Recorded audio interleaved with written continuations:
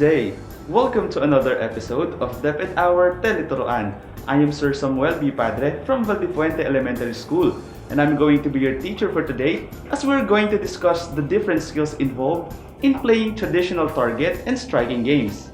At the end of this lesson, you will understand the different skills in playing target and striking games, learn the different target and striking games, and elicit the importance of displaying joy of effort, respect for others, and fair playing during participation in physical activities.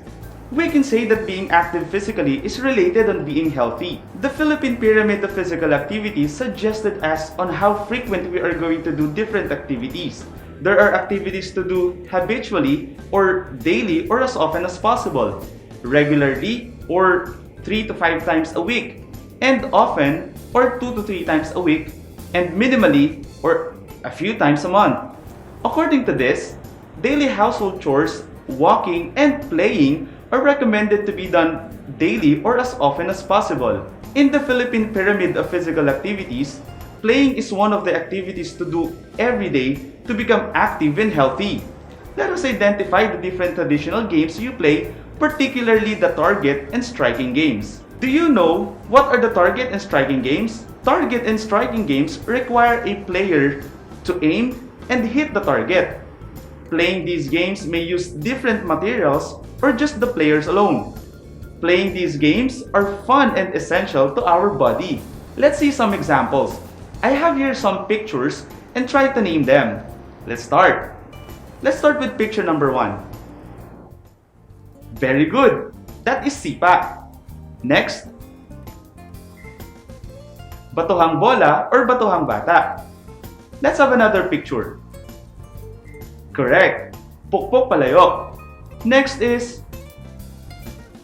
good job. That is shato. Have you tried playing this game?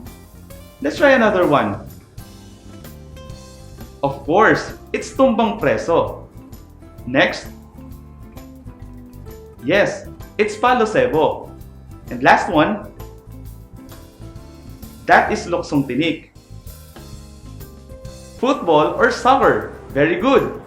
There are several more that are not mentioned that you might know. There are also sports that can be played as target and striking games like baseball, tennis, golf, bowling, and many more. As long as you have target to aim or goal to reach, that is a target and striking games. Now, what are the skills that are being developed as we play different target and striking games? Let us understand first what are the skill-related fitness. So, skill-related fitness are the skills that are needed in performing different tasks in everyday living. It could be doing household chores, simple walking and running, and even playing games and sports. Target and striking games will develop these skills in order to be good in performing different activities, from simple house chores, playing games, and even sports. Now let's talk about them. First is coordination. It is the harmonious working of the body parts and sensory systems like eyes and ears. For example, hand and eye coordination is used in playing sipa, as you hit the sipa with your hand while watching the target using your eyes. Next is speed. The ability to move from one point to another in the span of time over a distance. Example, speed is used in playing patintero. For you to reach the end line or the base, you have to run as fast as you can when there is an opportunity. Another one is agility. The ability from point to point quickly or changing directions while making successive movements. Example, you have to be agile in dodging the ball or avoiding to be hit by the ball of your opponent in playing batuhang bola or batuhang bata. If you can change your direction quickly while moving, you can avoid being hit by the ball of your opponent. Now, let's have power. That is the ability to exert maximum effort towards an object. For example, power is used to hit and break the target in playing pukpok palayok. If you don't exert maximum effort, your power might not be enough to break the palayok. Next is balance. The ability to maintain one's equilibrium in relation to the force of gravity in place or while moving. Example, In playing different target and striking games, balance is used while walking, standing, running, and changing directions. Lastly, we have the reaction time, the ability to react quickly to what you hear, see, or feel. Example, quick reaction is needed to pick up the can in playing tumbang preso whenever it is hit by an opponent. If you will not react quickly in picking the can, it will be difficult for you to catch or tag your opponent. So, you have to possess a good reaction time. So, this skill should be developed in every person to do well in performing different activities like games and sports. But, did you know that doing so will not just develop your skills in carrying out daily routine tasks, but your health aspect would improve as well? It is the health-related fitness. Let's talk about it. Number 1 is the muscular strength. It is the ability to perform one's maximum strength. It is exerting force towards an object like hitting the ball, pushing, or lifting objects. If you love to do physical activities, your muscular strength would be developed. Number 2 is muscular endurance, the ability to use the muscle over an extended period of time. You have to do physical activities like playing games and sports to develop muscular endurance because if you use your muscle frequently, you will not get tired easily. Number 3 is cardiovascular endurance, the ability of the heart, lungs, and vascular system to function without getting tired easily for an extended period of time. Mostly, playing target and striking games requires movement like running, walking, and jumping. And if you play as often as possible, your heart and lungs become stronger. Number 4 is flexibility, the range of motion of the various joints of the body. Changing positions and using your body parts in moving is very important to develop your flexibility. These components, when developed together with different skills, will enable you to become and remain physically healthy. In playing, you will not just enjoy, you're also becoming healthy.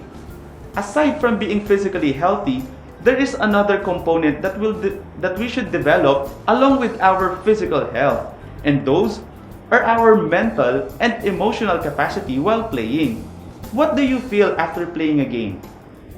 What do you do when you lose or win after playing? Playing different games like target and striking games become a preparation for young pupils like you to discover talents and interest in similar sports later on. Experiencing target and striking games that could be played indoors and outdoors give a lot of opportunity to develop essential skills. How can you display joy of effort, respect for others, and fair playing? Playing individually or by team requires the participation or joy of effort of each player in order to win the game. If a player did not exert effort, the common goal of winning is not easy to achieve. Respect for others is also essential in playing. A player with respect to others do not tease the opponent when they lose. Instead, they encourage other players to give their best for the next game. Another important value in playing is fair playing. Fair players do not take advantage of other players because they don't have equal opportunity. Fair players play with integrity and discipline to avoid trouble while playing a game. Now, will you apply these tips in playing? Of course you will. Let's have a recap. Always remember that target and striking games require a player to aim and hit the target. Example of those are sipa, batuhang bola, pukpok palayok, tumbang preso, agawang sulok, and many more. Skill-related fitness are skills needed in performing different tasks in everyday living. Those are coordination, speed, power, balance, agility, and reaction time. As you develop your skill-related fitness, health-related fitness will be developed as well. These are muscular strength, muscular endurance, cardiovascular endurance, and flexibility. It's good to develop those skills, but it is best to have essential values along with other skills. Those values are displaying joy of effort, respecting others, and playing fairly. I think you're ready for another challenge. Choose the letter of the correct answer. For number 1, it is the ability to perform one maximum effort. Your answer? Number 2, the ability to perform a movement task over an extended period of time. And number 3, the ability of the heart, lungs, and vascular system to function efficiently at a high rate for an extended period of time. Your answer? And number 4, the range of motion of the various joints of the body. What do you think it is? And number 5, the rhythmical integration of motor and sensory systems into a harmonious working together of the body parts. Your answer? For your performance task, you can do this at home with your family.